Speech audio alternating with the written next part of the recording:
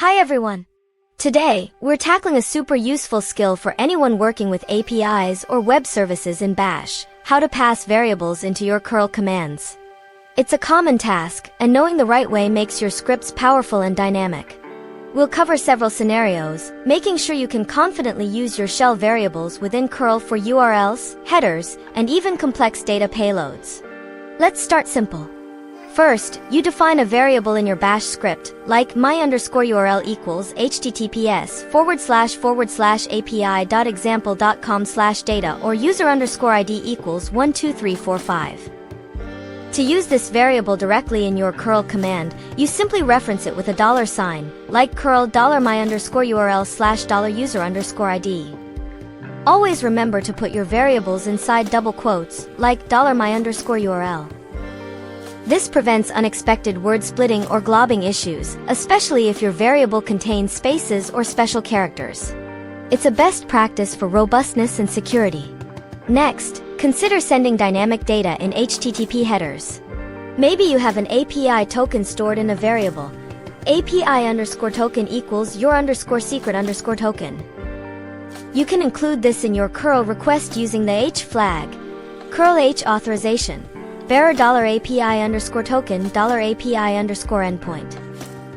Again, notice the double quotes around the entire header string and around the variable itself within that string. This ensures the token is passed correctly without errors. What if you need to send form-encoded data, like when submitting a web form? Let's say you have product_name equals laptop pro and quantity equals 2. You can use the d_or_data flag. A robust way to handle this, especially if your variable might contain special characters, is data_encode.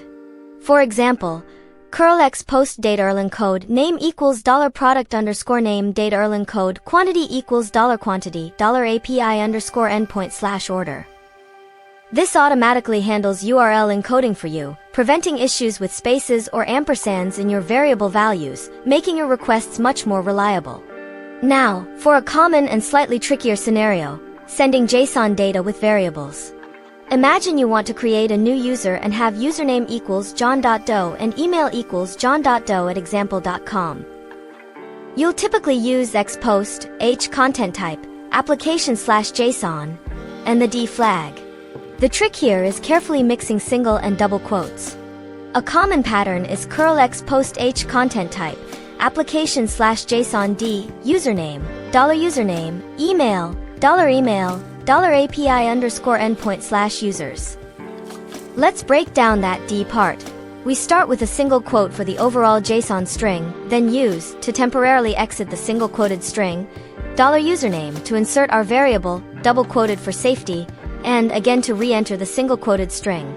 This pattern allows Bash to correctly substitute your variable value inside the JSON string while maintaining the overall JSON structure. It's a bit verbose but very effective and necessary for proper JSON formatting with dynamic values. Remember, the core principle is using $variable for direct substitution. For more complex data types like form data or JSON, curl offers specific flags like data_encode or requires careful quoting strategies. Always test your commands, especially with dynamic inputs, to ensure they behave as expected. Properly quoting your variables is key to avoiding headaches and ensuring your curl commands are secure and reliable. We've covered several powerful ways to pass variables into your curl commands, from simple URLs to complex JSON payloads.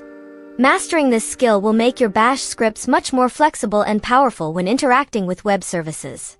Thank you so much for watching. If you found this helpful, please consider giving it a thumbs up and subscribing for more tips and tutorials. We appreciate your support.